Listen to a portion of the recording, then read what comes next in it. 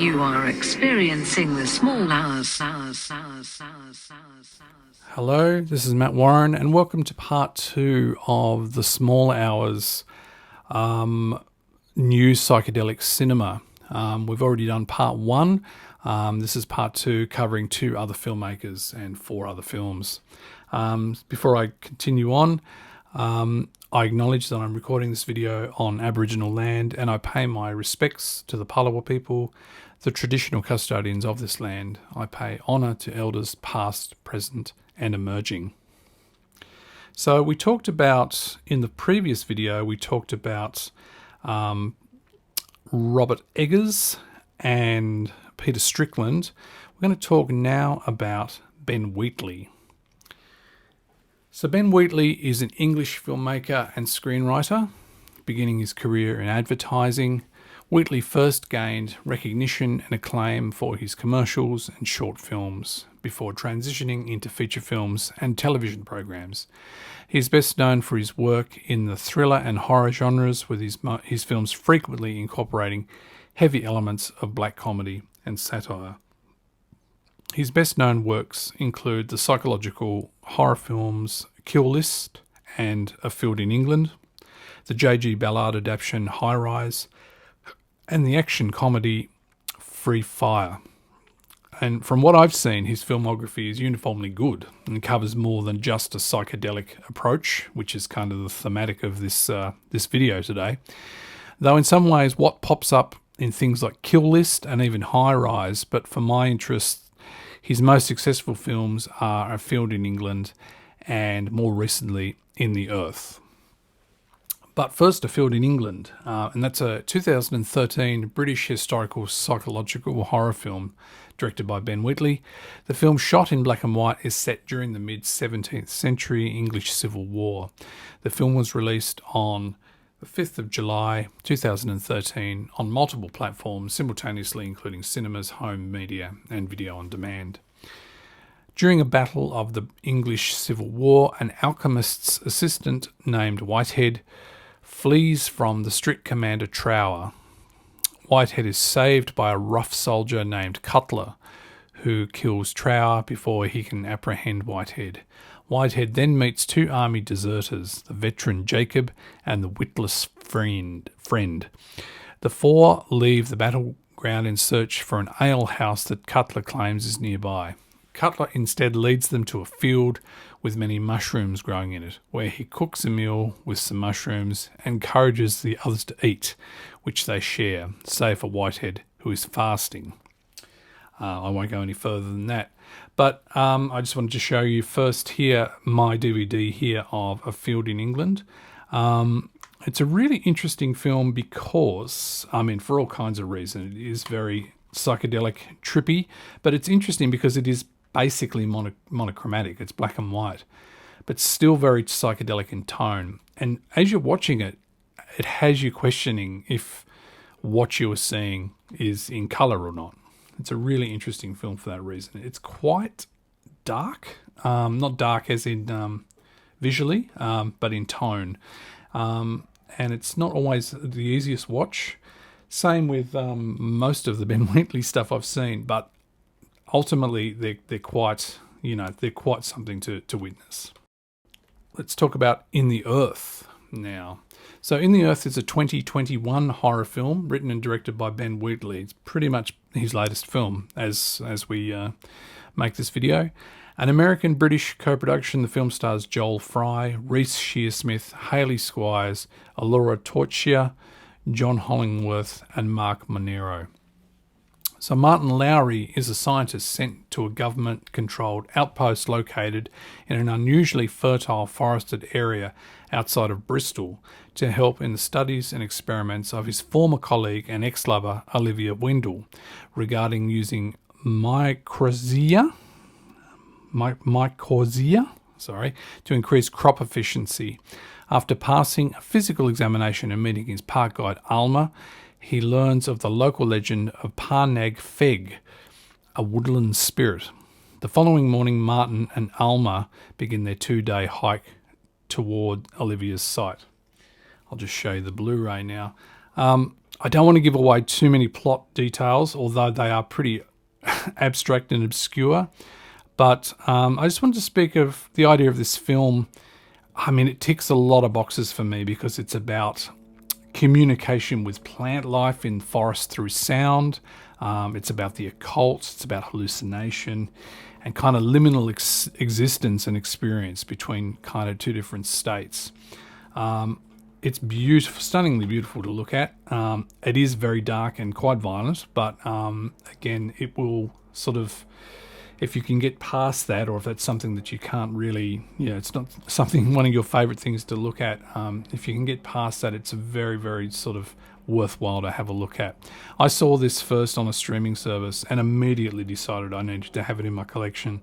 And in a way, it's a very timely film.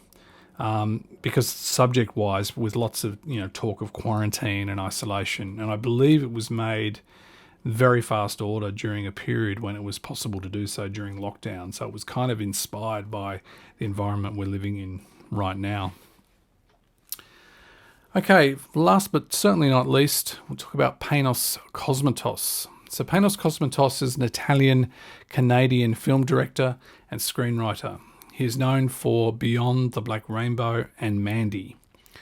Cosmatos was born in Italy to Greek-Italian filmmaker George P. Cosmatos, whose credits include Rambo, First Blood Part 2 and Cobra, and Swedish sculptress Birgitta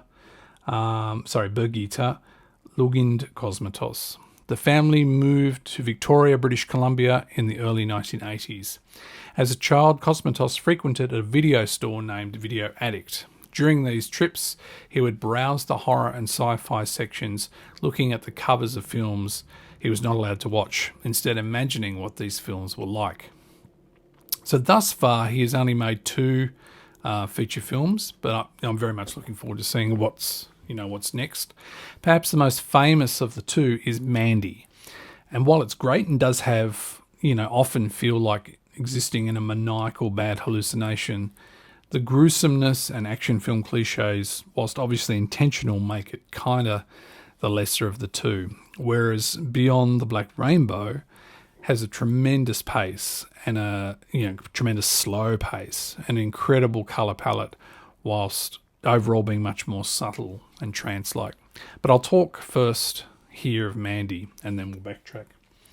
So Mandy is a 2018 psychedelic action horror film directed by Panos Cosmatos, produced by Elijah Wood and co-written by Cosmatos and Aaron Stewart Arnn, based on a story Cosmatos conceived. A co-production of the United States and Belgium, the film stars Nicolas Cage, Andrea Riseborough, Linus Roche, Ned Dennehy, Olwen Fouret, Richard Brake and Bill Duke. In 1983, somewhere near the Shadow Mountains, Red Miller leads a quiet and reclusive life with his girlfriend, artist and author Mandy Bloom. He works as a logger, while she has a day job as a gas station cashier. In their cabin by a lake, Mandy creates elaborate fantasy art, which Red admires greatly. Their conversations hint at a complicated past and psychological hardship. Red appears to be a recovering alcoholic and possibly a veteran, while Mandy recounts traumatic childhood experiences. On her way to work, Mandy walks past a van carrying the Children of the New Dawn, a deviant hippie cult led by the egomaniacal and vile Jeremiah Sand. Sand is struck by Mandy's beauty and orders one of his disciples, Brother Swan, to kidnap Mandy with the help of the Black Skulls, a demonic biker gang with a taste for human flesh and a highly potent liquid form of LSD. So this is my copy of Mandy. So that description I read there, which is from the Wikipedia, like I say, it's the most famous or infamous of the 2 Cosmatos films, but doesn't have the subtle flair of the first film, Beyond the Black Rainbow, which I'll talk about next. It's perhaps because of Nicolas Cage. It lacks subtlety and has a manic kind of action film energy and even a touch of Evil Dead 2 sort of silliness, but still visually wonderful, and I really do look forward to seeing what he does next. But just to backtrack to Beyond the Black Rainbow, which is a 2010 Canadian science fiction horror film written and directed by Panos Cosmatos in his feature film debut.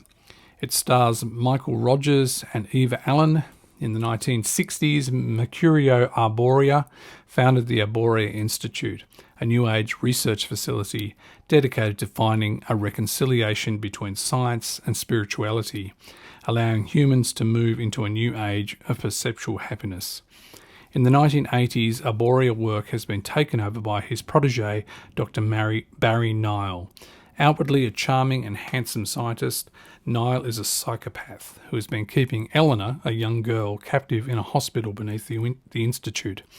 Eleanor only communicates through telepathy and demonstrates psychic capabilities, which Nile suppresses using a glowing prismatic device. So, this is my Blu-ray of Beyond the Black Rainbow. This is currently one of my favourite films I've seen in the past 10 years, easy. Its feel is not unlike an earlier David Cronenberg film, actually, in a lot of ways, albeit much more psychedelic. It's just an incredible visual feast, and it's with an obscure plot, but it just really takes you along on this ride, but in a very slow, trance-like way. So, like I say, it's arguable that there is or there isn't an actual new psychedelic cinema scene, but these are certainly filmmakers, and these movies in particular, that tick a lot of boxes for me. So perhaps they will for you too. Thanks for watching.